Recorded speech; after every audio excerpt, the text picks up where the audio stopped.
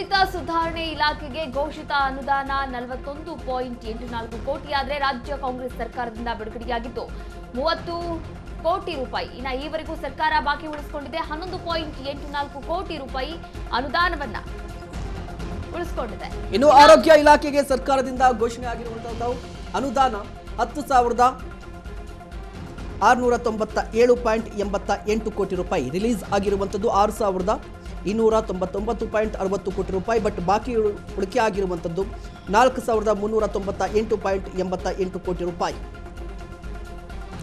ಆಡಳಿತ ಮತ್ತು ಸಿಬ್ಬಂದಿ ಸುಧಾರಣೆ ಈ ಇಲಾಖೆಗೆ ಸಂಬಂಧಪಟ್ಟಂತೆ 41.84 ಕೋಟಿ ರಿಲೀಸ್ ಆಗಿದ್ದು 30 ಕೋಟಿ, ಬಾಕಿ ಇರುವಂಥದ್ದು ಆಲ್ಮೋಸ್ಟ್ 12 ಕೋಟಿ ಅಂತ ತೆಗೆದುಕೊಳ್ಳಿ. ಇನ್ನು ಆರೋಗ್ಯಕರವಾಗಿಲ್ಲ ಆರೋಗ್ಯ ಇಲಾಖೆಗೆ ಸಂಬಂಧಪಟ್ಟಂಥ ಅನುದಾನ. ಯಾಕೆ ಅಂತ ಹೇಳಿದ್ರೆ ಸಿದ್ದರಾಮಯ್ಯನವರು 10,697.88 ಕೋಟಿ ಘೋಷಣೆಯನ್ನು ಮಾಡಿದ್ರು. ಆದರೆ ರಿಲೀಸ್ ಆಗಿರೋದು ನೋಡಿ 6,299.60 ಕೋಟಿ, ಬಾಕಿ ನೋಡಿ 4,398.88 ಕೋಟಿ ರೂಪಾಯಿ. ದುರ್ಗದ ಆರೋಗ್ಯಕರವಾಗಿಲ್ಲ ಆರೋಗ್ಯ ಇಲಾಖೆಯ ಅನುದಾನ. ಒಂದು ಮಹೇಶ್ ಇಲ್ಲಿ ಗಮನಿಸಬೇಕು, ಯಾವುದೇ ಒಂದು ರಾಜ್ಯ ಮತ್ತೆ ಜನರಿಗೆ ನೇರವಾಗಿ ಎಫೆಕ್ಟ್ ಕೊಡುವಂತ ಇಲಾಖೆ ಅನ್ನುವಂಥದ್ದಾದ್ರೆ ಒಂದು ಶಿಕ್ಷಣ, ಮತ್ತೊಂದು ಆರೋಗ್ಯ ಕ್ಷೇತ್ರ. ಆರೋಗ್ಯ ಕ್ಷೇತ್ರ ಇವತ್ತು ಎಷ್ಟರ ಮಟ್ಟಿಗೆ ಖಾಸಗೀಕರಣ ಆಗಿದೆ, ಮತ್ತೆ ಖಾಸಗಿ ಆಸ್ಪತ್ರೆಗಳು ಎಷ್ಟರ ಮಟ್ಟಿಗೆ ಹಣವನ್ನ ಇದು ಯಾವುದೇ ಒಂದು ಚಿಕಿತ್ಸೆಗೆ ಹೋದಂಥ ಸಂದರ್ಭದಲ್ಲಿ ಎಷ್ಟರ ಮಟ್ಟಿಗೆ ಬಿಲ್ ಮಾಡ್ತಾರೆ ಅನ್ನೋಂಥದ್ದು ರಾಜಕೀಯ ವ್ಯಕ್ತಿಗಳಿಗೂ ಗೊತ್ತಿದೆ, ಸಾರ್ವಜನಿಕರಿಗೂ ಗೊತ್ತಿದೆ.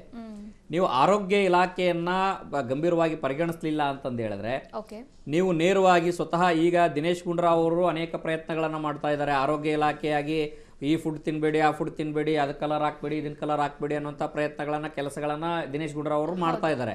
ಯಾಕಂದ್ರೆ ಲ್ಯಾಬೊರೇಟರಿ ಕಳಿಸ್ತಾ ಇದ್ದಾರೆ, ಅದಕ್ಕೆ ಕಳಿಸಾದ್ಮೇಲೆ ಅದನ್ನ ಪರೀಕ್ಷೆ ಮಾಡಲಾಗ್ತಾ ಇದೆ. ಆ ರೀತಿ ಆರೋಗ್ಯದ ಮೇಲೆ ನಿಯಂತ್ರಣ ಸಾಧಿಸಲಿಕ್ಕೆ ಒಂದಷ್ಟು ಕೆಲಸಗಳನ್ನು, ಅಂದರೆ ಯಾವ ಫುಡ್ ತಿನ್ನಬೇಕು, ಯಾವ ಫುಡ್ ತಿನ್ನಬಾರ್ದು, ಎಷ್ಟು ತಿನ್ನಬೇಕು, ಎಷ್ಟು ತಿನ್ನಬಾರ್ದು ಅನ್ನೋಂಥ ಪ್ರಯತ್ನಗಳನ್ನು ಆರೋಗ್ಯ ಇಲಾಖೆ ಮಾಡ್ತಾ ಇದೆ. ಆದರೆ ಸೌಲಭ್ಯಗಳ ವಿಚಾರ ಅಂತ ಬಂದಂಥ ಸಂದರ್ಭದಲ್ಲಿ ಸರ್ಕಾರಿ ಆಸ್ಪತ್ರೆಗಳ ಪರಿಸ್ಥಿತಿ ಏನಾಗಿದೆ ಇವತ್ತು? ಒಂದು, ಹುದ್ದೆಗಳು ಖಾಲಿ ಇದ್ದಾವೆ. ಎರಡನೇದ್ದು 30,000 ಹುದ್ದೆಗಳು ಏನೋ ಖಾಲಿ ಇದ್ದಾವೆ. ಆದರೆ ಸೌಲಭ್ಯಗಳ ಪರಿಸ್ಥಿತಿ ಬಂದಾಗ ಸರ್ಕಾರಿ ಒಂದು ಕಡೆಗೆ ಸರ್ಕಾರಿ ಆಸ್ಪತ್ರೆಗಳ ಶುಚಿತ್ವವನ್ನು ನಾವು ನೋಡುವಂಥದ್ದಾದರೆ ಶುಚಿತ್ವ ಎಷ್ಟರ ಮಟ್ಟಿಗಿದೆ ಅನ್ನೋಂಥದ್ದು ಪ್ರಶ್ನೆ ಬರುತ್ತೆ. ಇರುವಂಥ ಸರ್ಕಾರಿ ಸೌಲಭ್ಯಗಳಿಗೆ ಎಷ್ಟರ ಮಟ್ಟಿಗೆ ಸೌಲಭ್ಯ ಇದೆ, ಆಕ್ಸಿಜನ್ ಎಷ್ಟಿದೆ, ಔಷಧಿಗಳು ಎಷ್ಟು ಹೋಗ್ತಾ ಇದ್ದಾವೆ, ಬೆಡ್ಗಳು ಎಷ್ಟಿದ್ದಾವೆ, ಕಟ್ಟಡಗಳು ಮುಖ್ಯವಾಗಿ ಇವತ್ತಿಗೂ ಕೂಡ ಸರ್ಕಾರಿ ಆಸ್ಪತ್ರೆಗಳು ಎಲ್ಲ ಒಂದ್ ಕಡೆ ಬಾಡಿಗೆ ಕಟ್ಟಡಗಳು ನಡೆಯುವಂತ ಪರಿಸ್ಥಿತಿ ನಿರ್ಮಾಣ ಆಗಿದೆ ಅನ್ನೋ ಚರ್ಚೆಗಳಾಗ್ತಾ ಇತ್ತು. ಜೊತೆಗೆ ಇತ್ತೀಚಿನ ದಿನಗಳಲ್ಲಿ ಬಾಣಂತಿಯರ ಸಾವಾಗ್ತಾ ಇದೆ ಅಲ್ವಾ. ಸಾಮಾನ್ಯವಾಗಿ ಹೆರಿಗೆ ನಂತರ ಏನಾಗುತ್ತೆ ಅಂದ್ರೆ ಸನ್ನೆ ಆಗಬಾರ್ದು ಅಂತ ಹೇಳ್ಬಿಟ್ಟು ಒಂದಿಷ್ಟು ಬೆಡ್ಗಳ ವ್ಯವಸ್ಥೆ ಮಾಡ್ತಾರೆ, ಮಹಿಳೆಯರಿಗೆ ಸನ್ನೆ ಆಗುತ್ತೆ ಅಂತ ಹೇಳಿ. ಬಟ್ ಎಷ್ಟೋ ಕರ್ನಾಟಕದಲ್ಲಿ ಎಷ್ಟೋ ಆಸ್ಪತ್ರೆಯಲ್ಲಿ ಈಗಲೂ ಕೂಡ ಬೆಡ್ ಇಲ್ಲದೆ ವ್ಯವಸ್ಥೆ ಇರುವಂತದ್ದು. ಅಂದ್ರೆ ಗೊತ್ತಿದೆ ಸಮಸ್ಯೆ ಅಂತ, ಬಟ್ ಅದ್ರ ಬಗ್ಗೆ ಏನಾದರೂ ಕಾಳಜಿನ ವಹಿಸ್ತಾ ಇದ್ದಾರೆ ಅಂತ ಹೇಳಿದ್ರೆ ಅನುದಾನದ ಕೊರತೆ ಇರುವ ಕಾರಣಕ್ಕಾಗಿ ಯಾವ ರೀತಿಯ ಕಾಳಜಿ ಅಂತ ಒಂದು ಪ್ರಶ್ನೆ. ನಮಗೆ ತುಂಬಾ ಎಕ್ಸಾಂಪಲ್ಸ್ ಇರುವಂಥದ್ದು. ಈಗ ಶಶಿನಲ್ಲೂ ಕೂಡ ಬಾಣಂತಿಯರ ಸಮಸ್ಯೆಯನ್ನ ಚರ್ಚೆ ಮಾಡಿದ್ರು. ಏನು ಇದಕ್ಕೆ ಪರಿಹಾರ ಏನಪ್ಪಾ ಅಂತ ಹೇಳಿದ್ರೆ ಎಲ್ಲಾ ರೀತಿಯ ಸೌಲಭ್ಯಗಳನ್ನ ಕೊಡಬೇಕು ಅಂತ ಹೇಳಿ. ಸೌಲಭ್ಯ ಕೊಡಬೇಕು ಅಂತ ಹೇಳಿದ್ರೆ ಅಮೌಂಟ್ ಬೇಕು ಅಂತ ಹೇಳಿ. ಅಮೌಂಟ್ ಎಲ್ಲಿದೆ ಅಂತ ಹೇಳಿದ್ರೆ ಈಗ ಸಿದ್ದರಾಮಯ್ಯ ಹತ್ರ ಹೋಗಬೇಕು. ಸಿದ್ದರಾಮಯ್ಯ ಏನು ರಿಲೀಸ್ ಮಾಡ್ತಿದ್ದಾರೆ ಅಂದ್ರೆ ಘೋಷಣೆ ಮಾಡಿದ್ದೊಂದು, ರಿಲೀಸ್ ಆಗಿದ್ದೊಂದು, ಬಾಕಿ ಉಳಿಸ್ಕೊಂಡಿರೋದು ಮತ್ತೊಂದು. ಅಲ್ಲ, ಆರೋಗ್ಯ ಇಲಾಖೆ ಆರೋಗ್ಯ ಜನರ ಆರೋಗ್ಯ ಮೇಲೆ ಕಾಳಜಿ ವಹಿಸಬೇಕು ಅಂತಂದು ಹೇಳಿದ್ರೆ ದಿನನಿತ್ಯ ಸರ್ಕಾರಿ ಆಸ್ಪತ್ರೆಗಳಿಗೆ ಹೋದ್ರೆ ಜಸ್ಟ್ ಒಂದು ರೌಂಡ್ ನಮ್ಮ ಕ್ಯಾಮ್ರಾಗಳಲ್ಲಿ ಹೋಗ್ಬಿಟ್ರೆ ಸಾಕು, ಸರ್ಕಾರಿ ಆಸ್ಪತ್ರೆಗಳ ವ್ಯವಸ್ಥೆ ಎಷ್ಟರ ಮಟ್ಟಿಗಿದೆ ಅನ್ನುವಂಥದ್ದು.